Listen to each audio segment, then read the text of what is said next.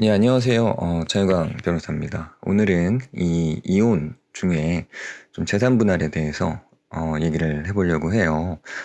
뭐 당연히 결혼하고 이혼하면 재산 분할을 하겠지만 이 법률혼, 그러니까 혼인 신고를 하지 않은 사실혼의 경우에도 재산 분할이 가능합니다.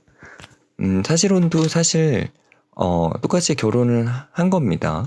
결혼의 요건은 갖춘 건데 다만 신고를 안 하신 거죠.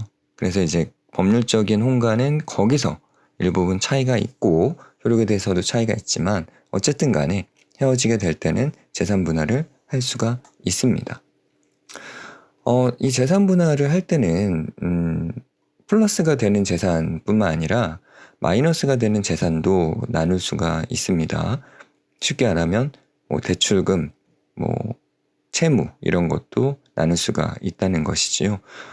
그래서 보통 재산 분할을 할 때는 먼저 재산 목록을 작성을 해봐야 되는데 플러스가 되는 재산도 쭉 적어 보시고 또 마이너스가 되는 재산도 쭉 적어 보시고 두 개를 합쳤을 때 플러스가 더 크다면 그 플러스에서 이제 몇 대 몇으로 나눌 건지, 반대로 마이너스가 더 크다면 이 채무를 어떻게 나눌 것인지를 결정하시면 됩니다. 뭐 경우에 따라서는 일방이 채무를 전부 가져가고 뭐 그 대신에 뭐 위자료는 지급하지 않기로 하고 라든지 뭐 이런 식으로 협의를 할 수가 있습니다. 뭐 중요한 거는 금액만 맞으면 되는 거니까, 삶의 형태랑 금액만 맞으면 되니까 뭐 모든 거를 딱 5대5로 딱딱 잘라갖고 나눈다 뭐 이렇게까지 생각하실 필요는 없을 것 같습니다.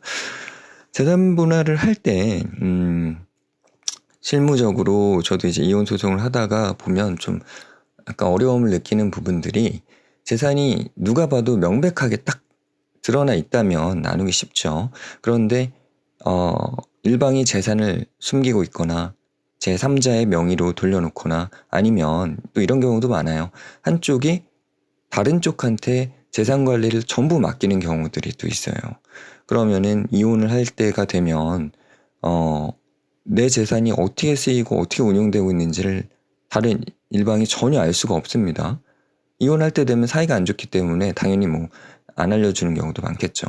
이런 경우가 이제 좀 어려워요. 그래서 적어도 내 재산이 혹은 우리의 재산이 어디에 어떻게 사용되고 있는지 정도는 좀 파악하고 있는 게 뭐 어쩔 수 없이 법원으로 가더라도 굉장히 좋다는 말씀을 드리고 싶습니다. 재산 분할 비율은 일단 5대5로 시작을 하시면 좋습니다. 5대5에서 이제 플러스 될 부분, 마이너스 될 부분을 서로 계산해가지고 이제 비율을 조정하시면 되는데, 뭐 일방이 완전 10대 0 이렇게 나오는 경우는 사실 흔치 않죠. 뭐 결혼을 하자마자 이혼을 했다든지 뭐 이런 경우라면 뭐 자기 재산 자기가 가져가면 되겠지만, 그런 경우가 아니라면 뭐 일방적으로 나오기는 좀 어렵습니다. 뭐 잘 아시다시피 한쪽이, 남자든 여자든 한쪽이 집안 살림만을 했더라도 집안의 생활에 기여를 한 거기 때문에 재산 분할 비율을 인정받을 수가 있습니다. 그 외에도 주로 경제적인 활동은 누가 했는지, 또 이혼을 하게 된 원인이 어디 있는지, 혼인 기간은 어떤지, 아이가 있는지, 아이를 누가 키우는지, 또 경제적인 능력은 각자 어떤지, 또 나이는 어떤지, 뭐 이런 것들을 쭉 종합해서 봤을 때 재산 분할 비율은 이 정도가 적정하다. 그러니까 재산 분할은 결국은 각자가 번 재산을 각자 가져가라 뭐 이런 의미도 있겠지만, 이혼을 한 이후에 각자의 생활을 조금 더 안정적으로 할 수 있게 해주는 하나의 장치라고도 좀 생각을 하셔야 돼요. 그래서 가끔 어떤 분들은 아니 내가 우리 집안의 경제적인 부분을 다 책임졌는데 왜 재산을 쪼개줘야 돼? 이렇게 생각하시는 분들도 계시지만 이제 각자의 삶을 위한 좀 안전장치 역할도 하고 있다라는 점을 좀 고려하신다면 재산 분할 비율이 발생할 수도 있다라는 말씀을 드리고 싶습니다.